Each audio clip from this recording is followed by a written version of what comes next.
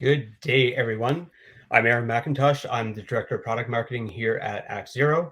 Joining me today in our fireside chat to provide some insight into building a world-class data science team is Jerry Heinz. Jerry's our CTO here at ActZero. Welcome, Jerry. Oh, thanks for having me. Quick housekeeping note for everybody before we get started. For those audience members joining us today, at the bottom of your screen, you're going to find three important tabs. The first is a questions tab that can be used to submit questions during the presentation. The next is an attachments tab. This is where you're going to find links to resources presented during today's talk.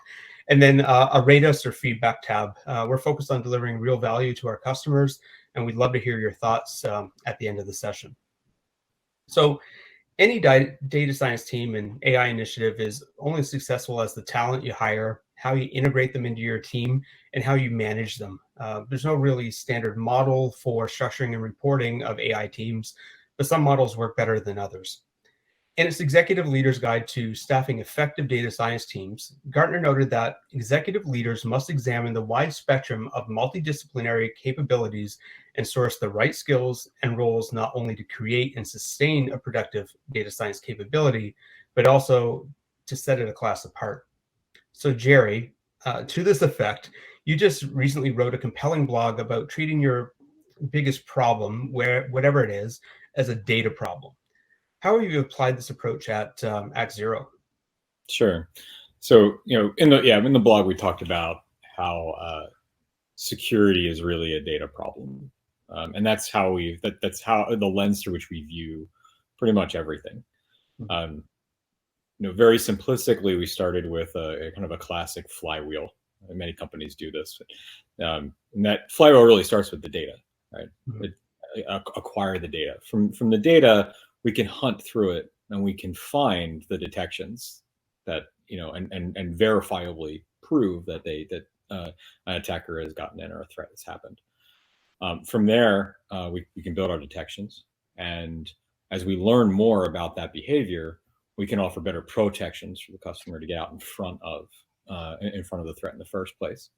And that ultimately, we hope, leads to more customers, which then gets us more data. Similarly, as we improve the attack surface, right, and expand it outward, then that again more signal comes in, more data comes in, and the flywheel just goes around and around and around. So we started with that thinking, and you realize that security got step 2, not step 1. Step 1 was acquire the data, and so we built the data science team around that. How do we acquire the right data? How do we structure the data? What does it need to look like?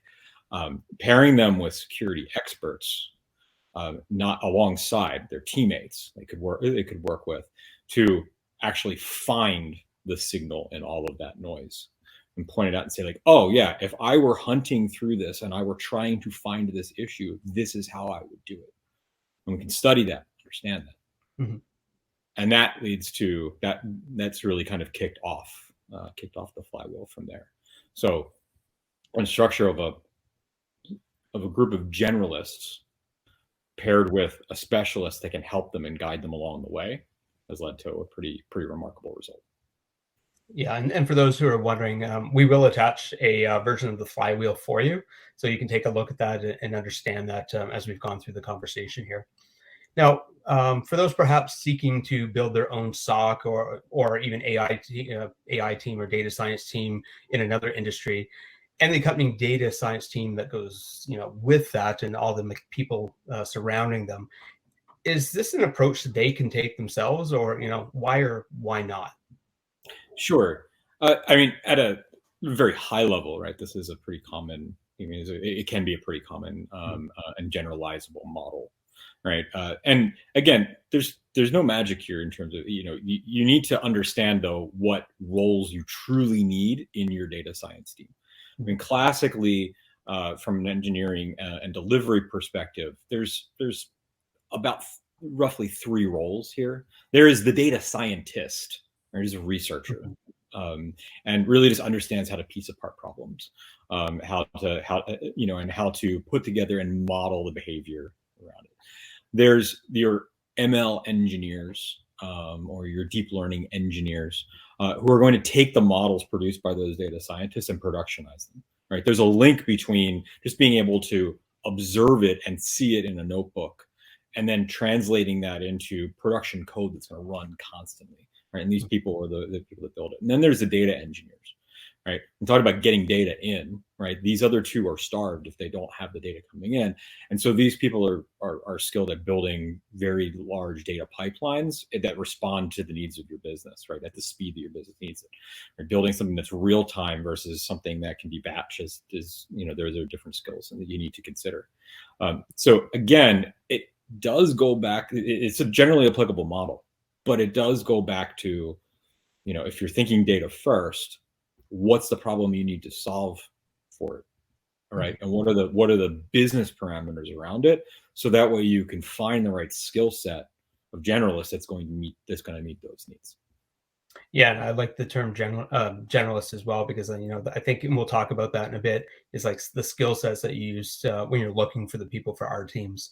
So recently predicted with some effort from our IT leaders, technical roles could be exempt, and I'll use that, could be exempt from the great resignation that we're seeing across other industries. That's a bit of a stretch goal for some. What strides have you taken to empower the technical roles here within the company, like data science, to keep them engaged and retained? Sure. So yes, technical roles could be exempt from the great resignation if the people are motivated. Mm-hmm. Right. We talk a lot about motivation, right? Security itself is interesting. It's not generally an intrinsically motivated problem, right? It's usually extrinsically motivated. Yeah. Right. Like I have to meet this compliance regime. I have to get this contract. I have to rebuild after an attack. Right. Yeah. Like, building the stuff up front takes a different mindset. And so, you have to, so we talk a lot about what does human motivation mean, right? It comes down, turns out there's pretty well understood. There's 4 key components. There's a sense of purpose, goal, something I'm trying to achieve, something I'm trying to do, right? A sense of mastery, like how do I know I'm actually improving along the path there? A sense of autonomy, which is freedom to go achieve that on my own and the resources that I need to support there. And then the community, which is a group of people that can work with me on it, and so I can develop a sense of belonging. And so we talk about it in the security context about how working with customers and in the various aspects of our service, but we also talk about it in terms of motivating our employees. Mm-hmm. ActZero is a mission and values company, right? We start with this mission of stopping cyber threats and protecting the world. It's a bold mission, and there's a lot of people who are really passionate about it. And then we use our values, right? It's our cultural map. It talks about like these are the behaviors we truly value within the company. Because there's lots of people that can do security exceptionally well. There's lots of people that can do data science exceptionally well, but not necessarily the way that culturally aligned. And so when you pair that mission and values with with people, like that's how we begin our interview process. We talk to them about it, and we find people who really do have that passion, and then who have the skill sets, and we test that to bring that in. It creates highly motivated people because now they want to go after the mission, and once they're there, you give them the freedom to do it, right? And you give them the tools and you give them the resources that's needed. And that's how you keep people motivated, through that guiding that sense of purpose, that sense of mastery. We celebrate when we win. Autonomy, give them all the tools and the resources that they need, and community of people who believe in the same thing that they do. And I think that's a nice segue in. One of the things I was going to actually ask you was, what other steps have you taken besides making sure that they're on the right team to ensure the data scientists are able to do, I think in your words and others, their best work? Yeah. And that's it. I had a professor of mine, he was my advisor in school. And I was his research assistant. And he told me, he's like, I got 3 jobs.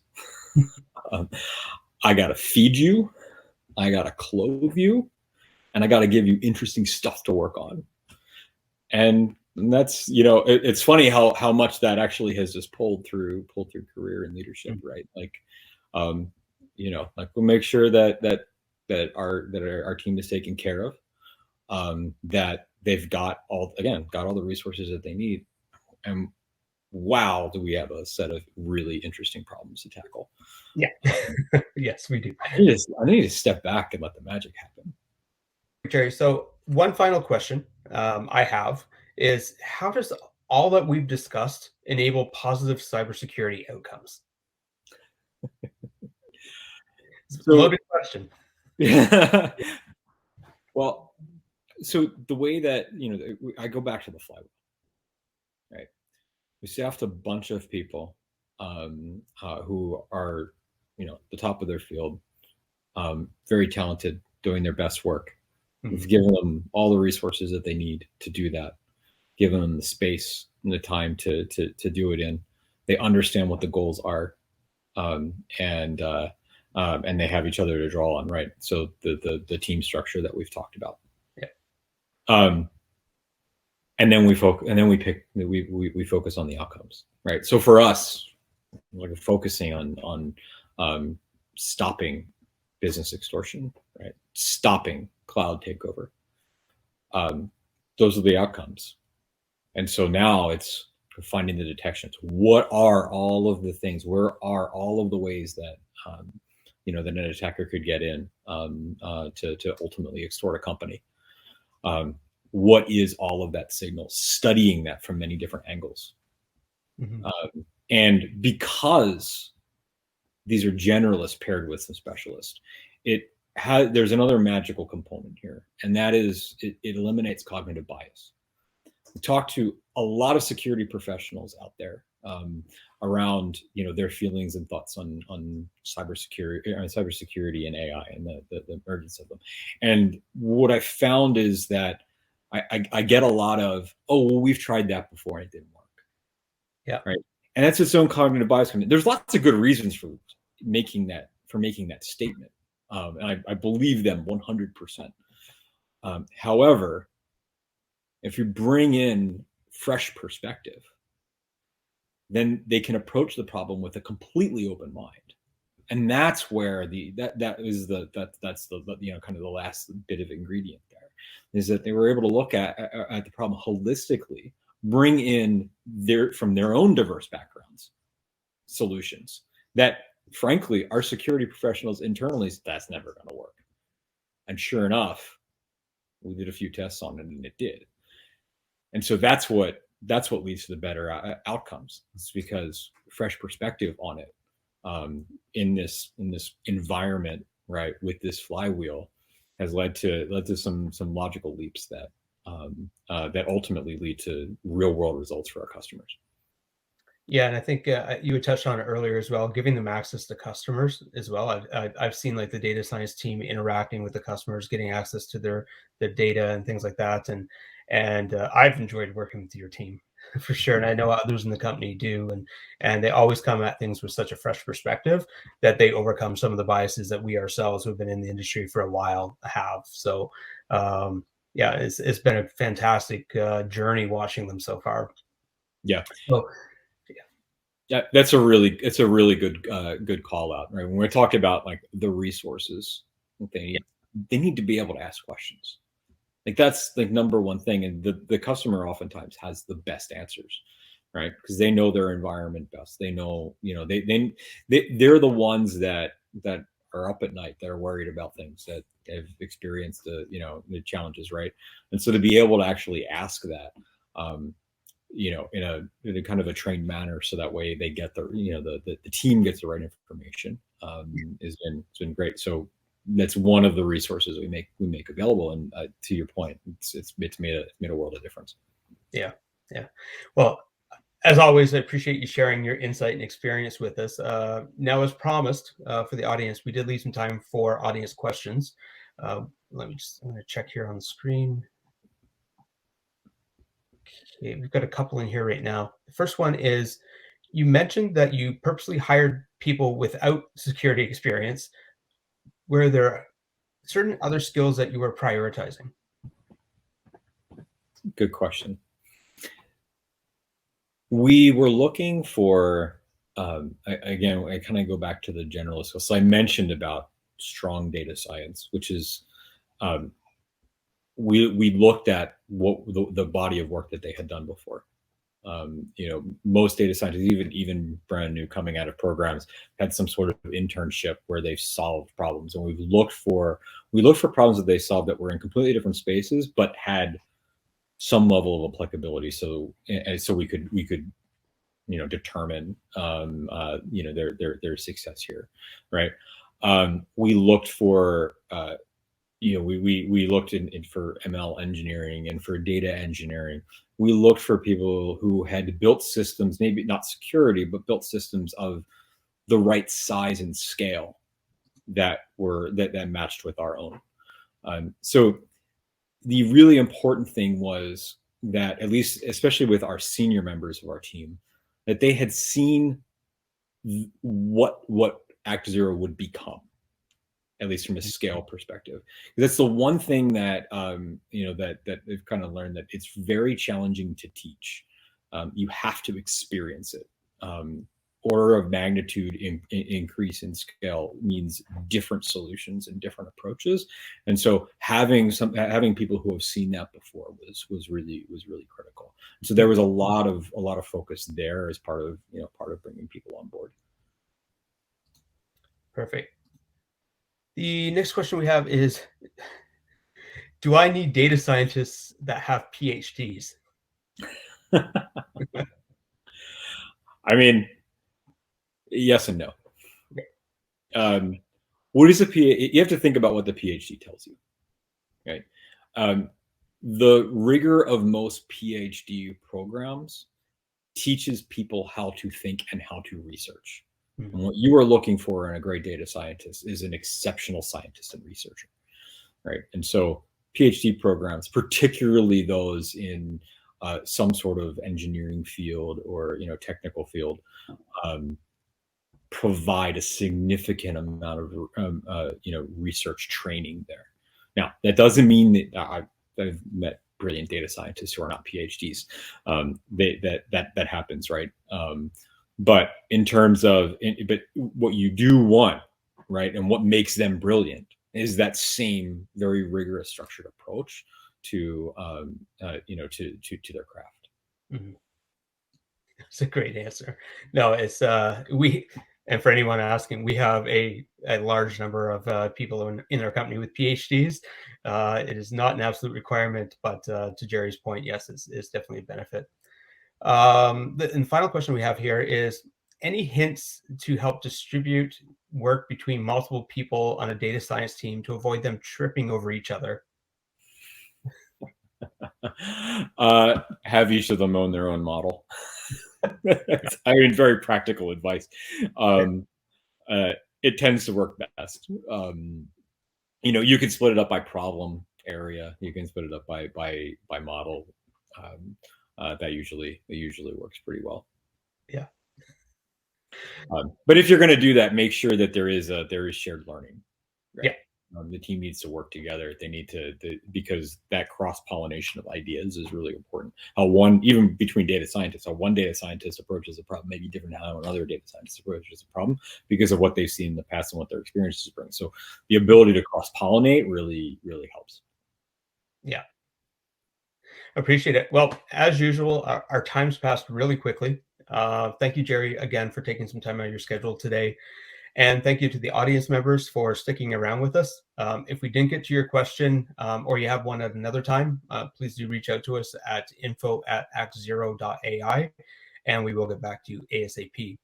If you'd like to learn more about the great retention for technical roles or our other cybersecurity predictions, you can check out our cybersecurity predictions white paper that we recently put out. Or to dive deeper into how Jerry's built his data science practice and structured teams, read his blog post, The Power of X is a Data Problem Hypothesis.